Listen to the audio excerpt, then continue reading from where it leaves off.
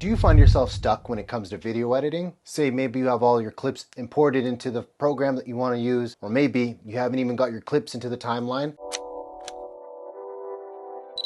Today I wanted to share with you my 5-step process to editing a video. And hopefully this video helps you improve your editing workflow. And by no means is this the only way you can approach editing videos. This is just a way I found for me that worked best and I wanted to share with everybody else. So what I call this is the editing pyramid. It starts with the structure of the video. We then clean up cuts and transitions, add our sound design, color grade, and last but not least, we add effects and titles. So let's jump into Final Cut Pro and I'll show you how to do this. So at the bottom of our pyramid here, I start with structuring the video, going through and finding favorite parts of clips that I like. And I just want to find the part that I want to keep of the clips. And then to be able to see all of my favorite selected parts of the clips, I go up here where it says all clips and choose favorites. And now it's just going to show me the portions that I favorited from each clip. So that's what I would consider structuring the video. So this is a short that I recently edited and I have a whole 5-minute talking clip.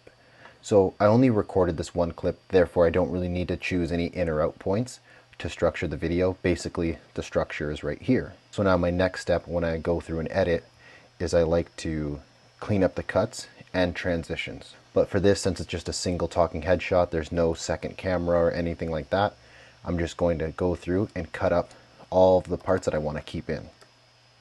Are you taking advantage of the Siri features on your iPhone? If not, let me show you 5 different commands that you could start using today. So I'm going to cut there, and I'm going to cut this part out. So just chop that out.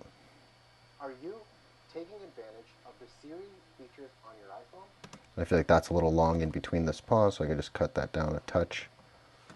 And just like that. So now basically I cleaned up that cut. So I'm going to go through and cut out all of the blank stuff or the ums and ahs in the video. So that way we're left with a clean cut up. Just avoid all the other stuff that I have here that's voided out. We're just looking at these clips here in the timeline. Are you taking advantage of the Siri features on your iPhone? Let me show you 5 different commands that you could start using today. Hey Siri, open YouTube. So that's pretty good. Now we can move on to the next step. This is where I'd add some sound design. These are these clips here that I have added in. I'm gonna unvoid that so now you can hear it with some sound. Start using today. Hey Siri, open YouTube. Hey Siri, volume up. I've turned it up. Okay. Hey Media Siri, will play louder. open the calculator. Hey Siri, start a 15-minute timer. 15 minutes, counting down. Hey Siri, take a screenshot. Don't do that. This works great. Okay, so that's some simple sound design there. So I would go through once I'm done cutting up my clips and I would add any sound to the clips to help bring the video to life and make it feel more interactive. So basically I have this little audio track back here, add a -31, just playing in the background to add another element to the video. So now that I would say our sound design is done, what you want to do is go through and color grade the footage. Since everything is the same scene, we only need to really color grade one clip and then we can paste it onto the rest. So without this color wheel, you can see the difference. So I'd say that's pretty good. And to adjust the color, you basically can go into the wheel here and play around with shadows, highlights, and the saturation here too as well. So when you're satisfied with that, I would copy all of these settings and paste it to the rest of the footage. And that way you have the color set for the entire video and it will look consistent throughout the edit. So I'm just going to turn all the color wheels back onto this footage. So when I scrub through, you can see the color stays the same. For this one, I didn't really have any titles, but I did add a little Siri pop-up effect here. So if I just let that play back.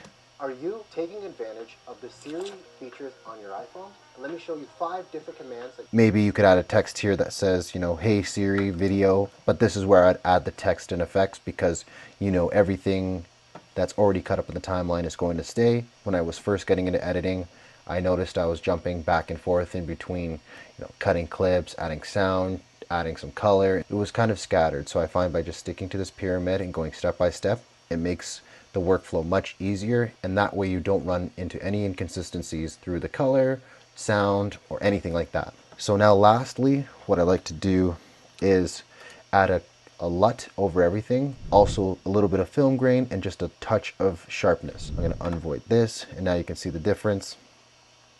It just kind of ties in the whole video. That's the final step, I would say. You can see the difference from here when it's on and off. And that's how we use the editing triangle to make this video come to life.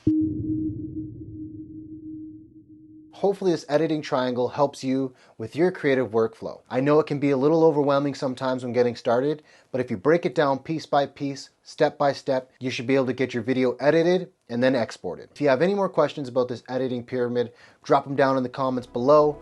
I'm the Creative Fro, keeping you in the know. I'll see you next time for another video.